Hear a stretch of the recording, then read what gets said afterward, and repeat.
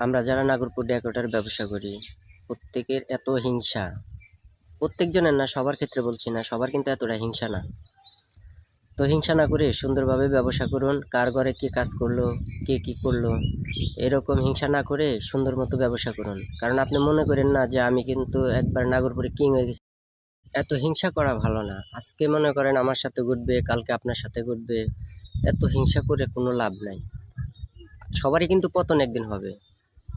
তো আমি সবাইকে দৃষ্টি আকর্ষণ করছি, আমার পক্ষ থেকে সবাইকে অনুরোধ করছি, সবাই হিংসাহিংসি না করে সুন্দরভাবে ব্যবসা করুন। কারণ আমরা চাই সুন্দর।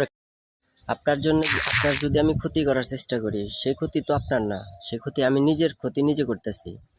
সেই জন্য বলি, যে যা করতে চাক ভালোভাবে করুক। কারোর জন্য খারাপ কিছু চায় না। উপরে একজন কিন্তু আছে, আল্লাহ আছে।